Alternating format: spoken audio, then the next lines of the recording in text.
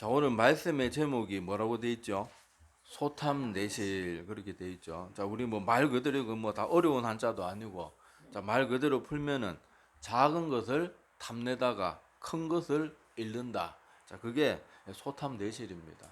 그래서 우리 일상 가운데 이런 소탐내실의 모습이 참 많아요. 제가 저번에 한번 그 감자대왕 얘기 한번 해줬죠.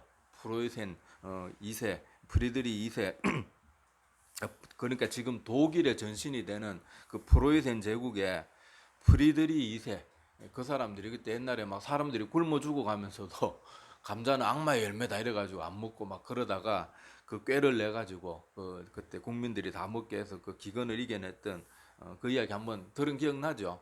자, 그 부분과 관련된 또 다른 이야기가 있어요. 자, 이 프리드리 2세가 그 왕궁에 자기가 정말 아끼던 체리 나무가 있었습니다. 체리 보면 얼마나 예쁜지 모르잖아요. 그게 빨간게 그렇게 주렁주렁 열매가 매달리면 얼마나 예쁘겠어요. 그래서 이 프리드리 2세도 그 체리 나무를 굉장히 사랑하고 아꼈는데, 아니 요놈의 참새들이 한 번씩 날라와가지고 그걸 톡톡 그 빨간 체리 열매를 톡톡 쪼아 먹는 거예요. 그러니까 이게 너무 막 화가 나는 거예요. 그래가지고 자기 하인들하고 막 경비병들 시켜가지고 이 체리 나무 근처에는 참새들이 의심도 못하도록 막 철저하게 지켰습니다. 그러니까 체리는 이제 더 쪼아 먹는 일이 없는데, 이 시간이 조금 몇 달 지나다가 보니까 이 체리 나무에 막 벌레들이 생기고 막 여기저기 파먹고 해가지고 그만 체리는 둘째치고 체리 나무 자체가 그냥 죽어버리는 거예요.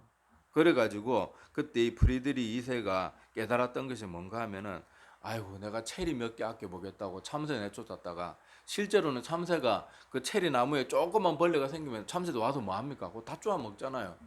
그 정말로 사실은 그게 체리 몇 개 값으로 나무 전체를 지켜주고 있었는데, 아유 내가 그걸 몰랐구나. 그래 뉘우치고 그 이후로는 참새들에 대해서 절대 얼마든지 출입할 수 있도록 그렇게 했다고 합니다. 근데 이렇게 지혜로운 사람들의 특징은 자기 실수를 인정할 줄 알고 꼭 고치고 나갈 줄 알아요. 고집스러운 사람은 이 고집 계속 피우다가 원인도 못 찾고 자꾸 그렇게 엉뚱한 방향으로 나가는데, 하여튼 프리드리 2세는 내가 참새를 쫓았더니 이 벌레들이 들끓어 가지고 이 나무 자체가 죽어버리는구나. 자, 그걸 깨닫게 된 거예요. 자, 그런데 이런 일이 참새 때문에 일어난 일이 요거는 그냥 체리 정도로 끝났지만은요.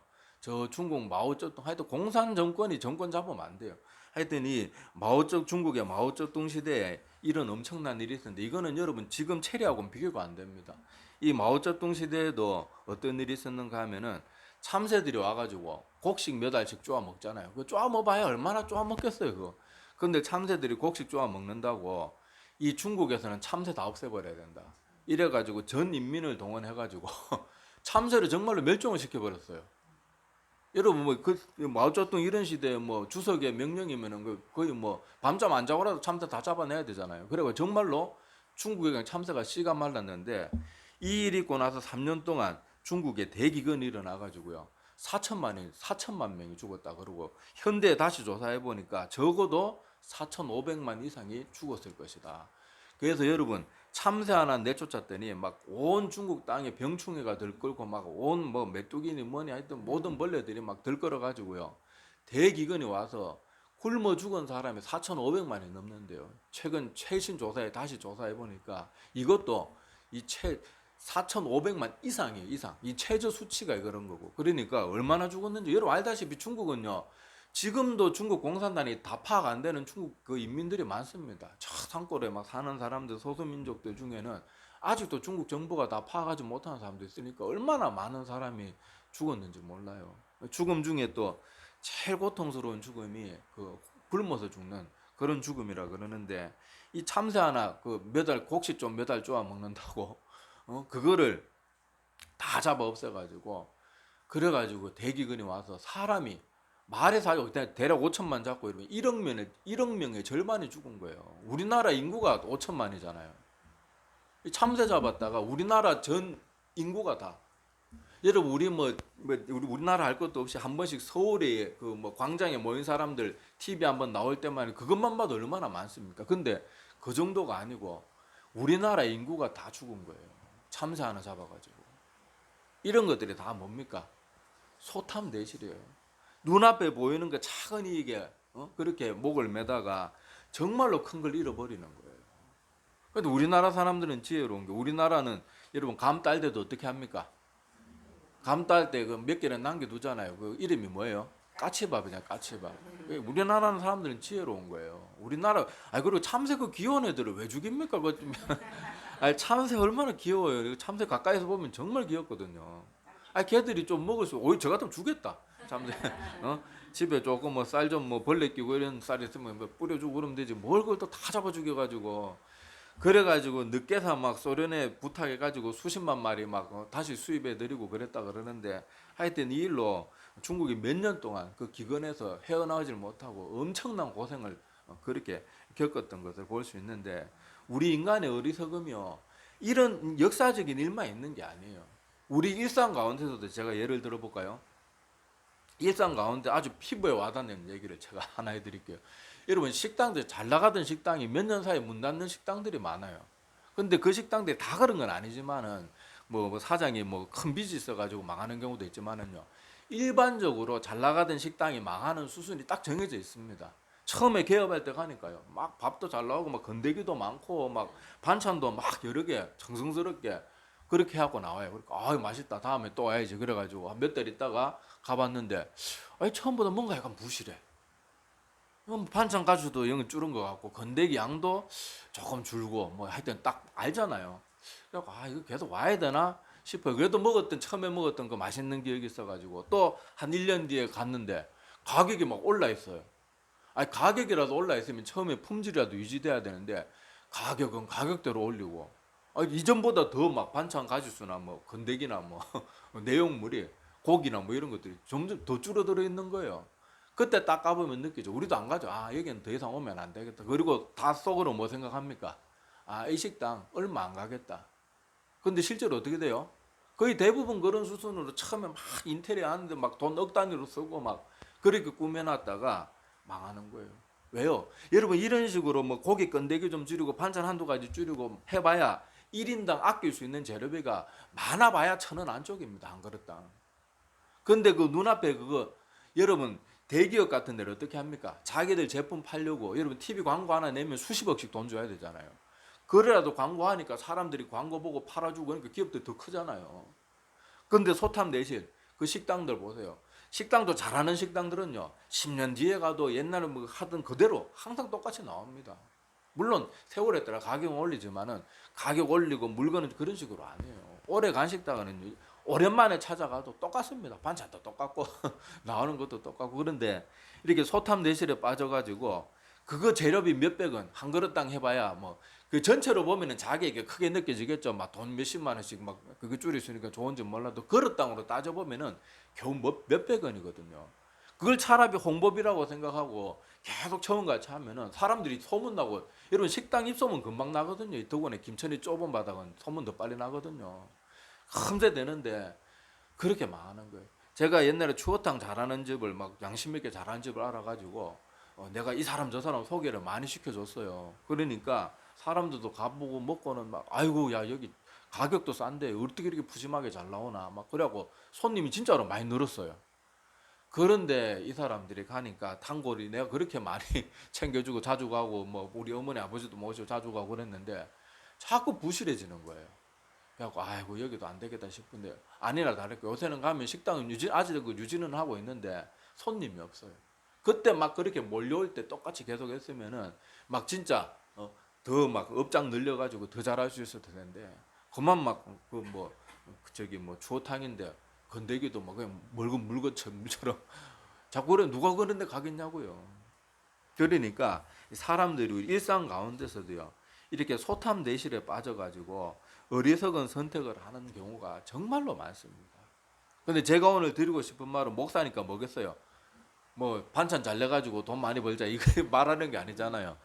우리 일상 가운데 우리 영혼의 문제를 두고 이와 똑같다니까요. 소탐 내실. 여기 서로 생각할 수 있는 게 뭔가 하면, 우리가 육신의 일에 빠져가지고 진짜 중요한 거는 우리 영혼인데 사람들이 육신의 일에 빠져가지고 영혼을 망가가는 거예요. 영혼을 방치해버리는 거예요. 보세요. 오늘 말씀에도, 오늘 본문 말씀 한번 보시기 바랍니다. 자, 오늘 본문 말씀에 마지막 마태복음 16장 26절을 한번 보세요. 자, 우리 한번 같이 읽어볼게요. 자, 잠도 깰 겸, 자, 한번 같이 읽어보겠습니다. 자, 큰 소리로 같이 읽으세요. 시작. 사람이 만일 온 천하를 얻고도 제 목숨을 잃으면 무엇이 유익하리요? 사람이 무엇을 주고 제 목숨과 바꾸겠느냐? 아멘. 자, 여기 보니까 분명히 나오잖아요. 사람이 막 노력을 해서 이 온 천하를, 이 지구를 다 얻었다 쳐요. 그런데 다 얻는 그날 죽어버리면 아니 뭐 천하를 얻던 뭐 돈을 뭐 수천조를 가지고 있던, 아니 죽으면 그게 뭔 소용이 있냐고요.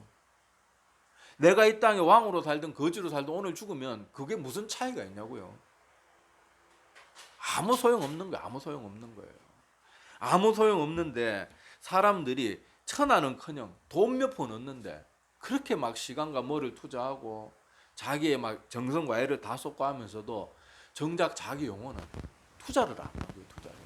여러분 인생은 길어봐야 100년 안쪽입니다. 뭐 기네스북에 올라와야 110년 뭐 120년이에요. 그런데 우리 영혼은 끝이 없어요. 영원히 가는 존재란 말이에요. 그런데 영혼을 위해서는 투자를 안 해요. 돈 벌고 맛있는 거 어디 없냐 그러면은 막 차 타고 막 날짜 잡아가지고 막 월차 내서라도 막 차 타고 가서 먹고 오고 어디 보고 오고, 막 주말만 되면은 친구들이랑 무슨 모임이나 동호회 이런 거 조직해가지고 막 여기저기 다니고 육신의 만족을 위해서 또 막 사람들이 바로바로 칭찬해주고 막 인정해주고 이런 일에는 온갖 열심을 다 내는데 정작 자기 영혼을 위해서는 막 시간이 썩어남아더라도 말씀과 기도 안 합니다.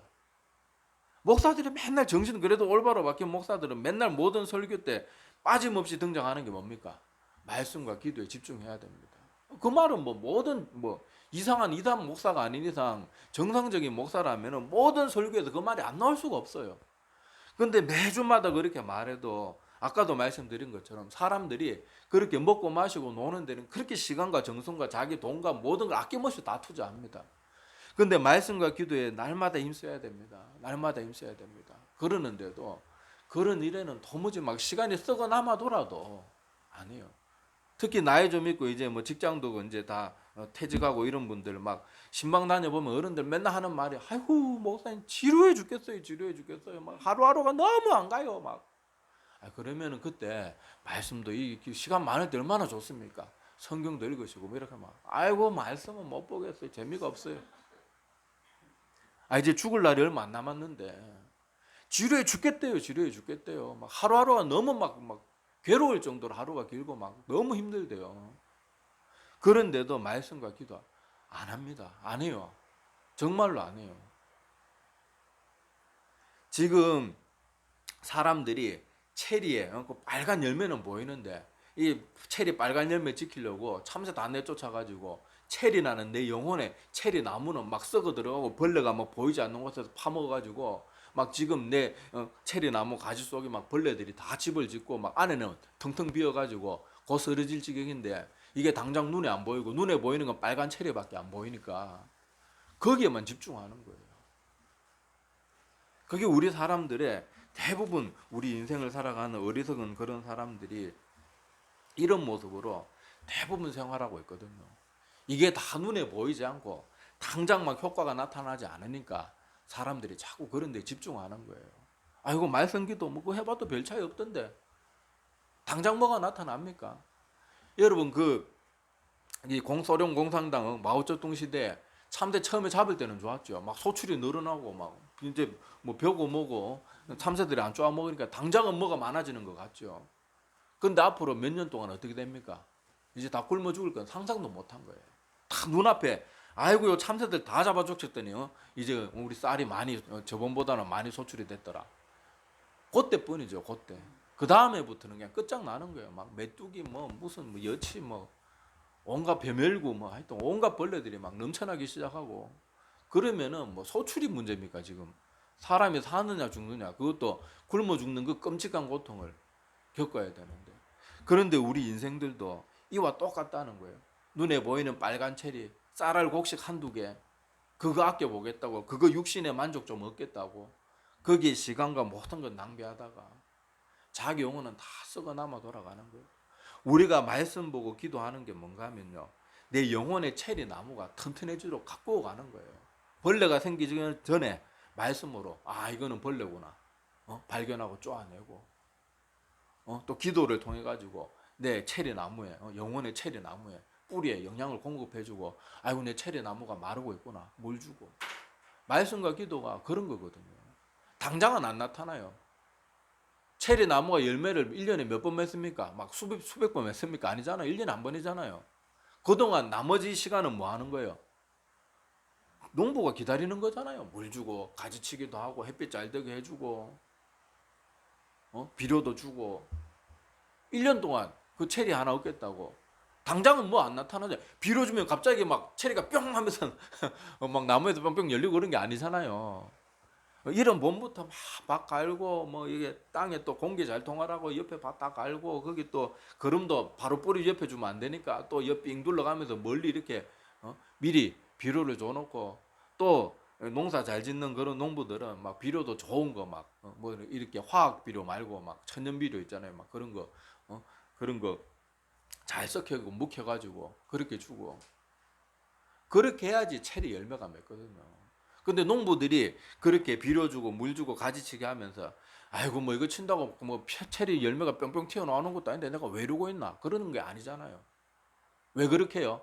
여름에 땀 뻘뻘 흘리고 막 추운 겨울에도 미리 막 그 나무 그렇게 죽지 말라고 막 애를 쓰고 그렇게 하는 이유가 뭡니까? 앞으로 여름이 되었을 때 열릴 그 열매를 기대하고 그 모든 수고를 감당하는 거잖아요. 그리고 그렇게 수고한 농부는 어떻게 되겠습니까? 풍성한 막 열매, 체리 막 빨간 체리, 그리고 조롱조롱 열매를 맺는 거예요. 여러분 마트 가면 체리 얼마나 비쌉니까? 요만큼 넣어놓고 막 만 원씩 받고 만 얼마씩 받고 그러잖아요. 그걸 바라보고 하는 거거든요. 근데 우리 영혼의 문제도 사람들이 똑같아요. 지금 평안할 때 내가 인생에 시간이 있을 때 가지치기도 하고 물도 주고 거름도 주고 내 인생에 풍파가 있을 때도 그걸 체리 나무로 치면 겨울이라고 생각하고 내가 이런 어려운 가운데서도 하나님 붙들어야지. 그러면서 자기 영혼을 계속 준비시키고 보호하고 가꾸어 나가고 애를 써야 되는데 시간이 썩어 남아돌아도 기도 말씀 안 해요, 안 해요. 그러니까 사람들이 한평생을 교회 다녔는데 눈꽃만큼도 변화가 없어요. 변화도 없고 오히려 세월이 갈수록 더 사람이 점점 더 표독해지고 교회에서 그냥 짬밥만 쌓여가지고 눈치만 늘어나고 교회에서 맨날 오면은 성도들 섬기려고 하지는 않고 맨날 다른 사람 앞에만 그거 있죠 텃세 부리고 그러고 앉아 있는 거예요. 변화가 없는 거예요. 변화가. 이게 얼마나 안타까운 모습인데 많은 사람이 이렇게 살고 있다니까요. 많은 사람이. 여러분들도 주변에 그렇게 성도들이나 아는 사람도 한번 모습 보세요. 한평생 신앙생활을 하면서 점점 믿음이 자라가는 사람 과연 몇 명이나 봤습니까? 교회에 막 성도들이 막 1000명, 2000명 되는 교회에서도 그런 성도가 몇 명이나 있던가요? 손에 꼽습니다. 큰 교회에서도. 대부분은요. 어렸을 때부터 보고 어렸을 때부터 주일학교 같이 다녔는데 자기 자신도 그렇고 30년, 40년, 50년을 교회 다녔는데 달라지는 게 없어요. 말씀 기도하라고 평생 목사들한테 들었는데 그 몇십 년 세월이 지나가고 반백년 시간이 지나가도요. 성경 일독이 뭡니까? 마태복음 하나도 다 안 읽은 사람이 태반이에요. 그런데 내용을 어떻게 지키겠냐고요. 오늘 말씀 여러분들이 꼭 기억하시기를 바랍니다.